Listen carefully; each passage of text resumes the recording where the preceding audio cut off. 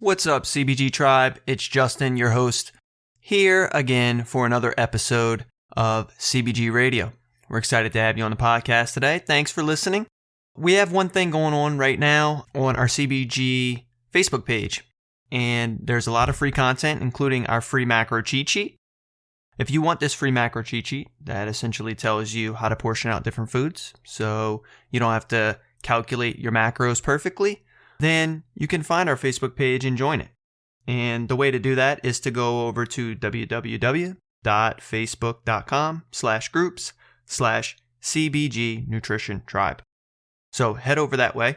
There's a big community on there that loves to talk about recipes, some people, their struggles, their successes, and it's a really great group. So we hope you join. Today, we have a really good podcast, and it's just going to be me today talking to you guys about the 10 worst diets to best diets ranked. So I'm essentially go through 10 diets, starting from the worst all the way to the absolute best that I have found through observable results with clients and the overall nutrition weight loss community. I want to start with number 10, the worst diet, and then we'll go through. The absolute worst diet is the Standard American Diet, also known as SAD. The Standard American Diet came out of essentially an optimization problem. So the Standard American Diet involves high-calorie foods, fast food, all of these different things, and people eat whenever they want, whenever they're hungry. It doesn't have really any structure to it and has the ultimate amount of flexibility. The Standard American Diet has led to obesity and, essentially being ranked the number 10 or worst diet on my list. It's a killing machine. On to number 9, a cleanse diet. So a cleanse diet, I guess, is sort of defined as this typical detox diet, involves a period of fasting, followed by strict diet of fruits, vegetables, juices, water, could include herbs and teas and colon cleanses or enemas, all this stuff, right? So it does have a benefit. It's getting people to eat fruits and vegetables in juice form that provides potentially a lot of fiber. A lot of people don't get enough fiber, right? And it also can be good because it has a limited time and effort associated with it, right? You're basically making the same thing, so there's less thinking involved. You don't have to really even try to be able to follow a diet like this. A lot of downsides, though, which is why it's ranked number 9. So it's one of the most restrictive, right? There are like a set number of things you can eat. There's not a lot of protein involved. A lot of other macronutrients as well as micronutrient density is missing because it's so restrictive. It lacks scientific support. So the idea of going through a week or 2-week cleanse and being able to come out of that more healthy, the science just isn't out there. The third worst diet, number 8 on our list, is the keto diet. The keto diet is a diet essentially following the macronutrient distribution of around 75 to 80% fat, 20% protein, and 5% carbohydrates. Okay? So it's a low-carb, high-fat diet, lowers blood sugar, insulin levels, shifts the body's metabolism away from using carbohydrates or a mixture of a variety of substrates to only using fat and basically utilizing ketones. That's why it's called the ketogenic diet, from those fats, right? So the first thing that really comes to mind in terms of a benefit is that this diet sort of came out of studies around neurological diseases. So it can help people specifically that are having seizures and other neurological symptoms. I would say that's probably the only benefit of it. It has a lot of restrictions in terms of carbohydrate count. You can't also go over the protein count or you could be kicked out of ketosis. In terms of blue zones, so blue zones are areas around the world where people tend to live the longest and their diets have been studied. And it's been shown that actually in some blue zones that it's the exact opposite of that, of the keto diet. Number 7 here is the carnivore diet.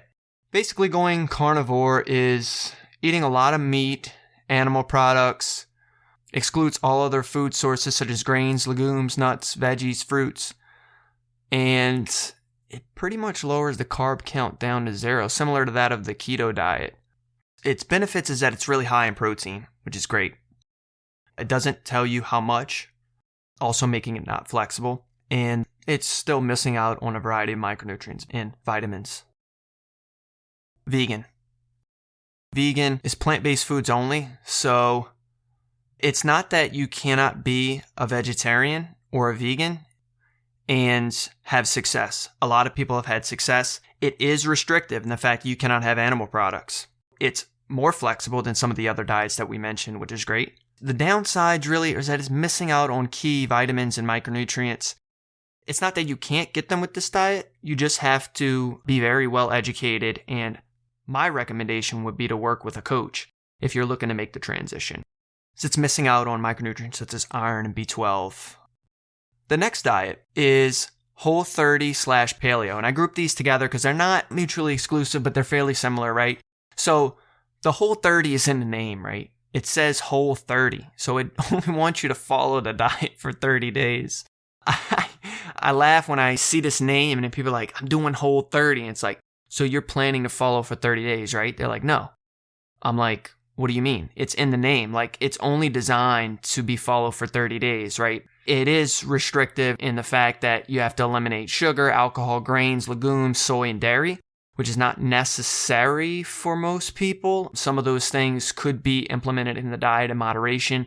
It does have a fairly good balance of macros, vitamins, minerals, micronutrients, right? But it's still an elimination diet. There are a lot of things that are eliminated from it. Number 4 is intermittent fasting. So here's what's cool about intermittent fasting. It's fairly flexible in terms of the food composition. Intermittent fasting doesn't work that way. Intermittent fasting is restrictive, not in food composition, but in the time essentially that you can eat.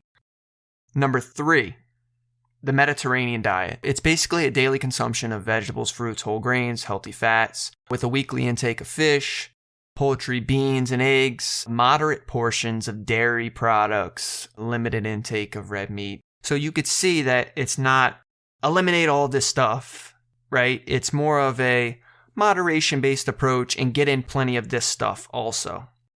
The second best diet is macros or intuitive eating. Okay, so macros is essentially a system, or intuitive eating, where you learn how to eat different portion sizes and things. Both of these are they're not really diets, they're more skills, in my opinion, to reach some of the goals and then be able to subconsciously use those skills to sustain your weight loss or potentially even reach other goals, okay? There is a certain set amount of food, moderation, based on the calorie requirements that you need to reach your goals. This is a flexible diet because there are a wide variety of food options. Both are developed for people to last long term. I think it can be a challenge for some people to track for so long. So that's why I said that these are skills. And once you build these skills, you need to find a sustainable approach beyond this. But it will allow you to have all of the food that the world offers. The last approach here is a customized approach with working with a coach. There are a lot of different ways to customize diets based on, preferences and other things. And, some people, for example, the 5th ranked diet here was veganism, and a coach can customize a vegan-based diet for you that hits all of those micronutrient requirements and things you need to sustain long term. Maybe some people will say the downside is that it costs money and that it can be expensive. But look, if a coach helps you lose 20 pounds and you keep it off, that could be putting 5 years on your life. How much money do you make in 5 years? A lot more than you're paying a nutrition coach to work with you for 6, 7, 8 months. So, yeah, guys, so that's the podcast, the 10 worst diets. Look, don't come at me talking about, oh, you flipped up number 4 and 5. It should be vegans better than intermittent fasting. Look. I've made it pretty clear here what I think the most sustainable diets are. All of these diets can potentially be sustainable for people, probably besides the SAD and cleanse. Like, even if you wanted to, follow keto, I know people that have done it and they're sustainable with it and have great success with it. Just know that you're going to have to make some sacrifices on flexibility to do so. So that's the podcast today, guys.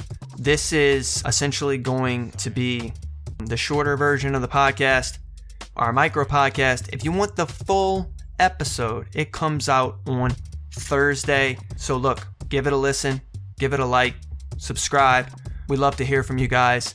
And yep, we'll talk to you soon. Peace.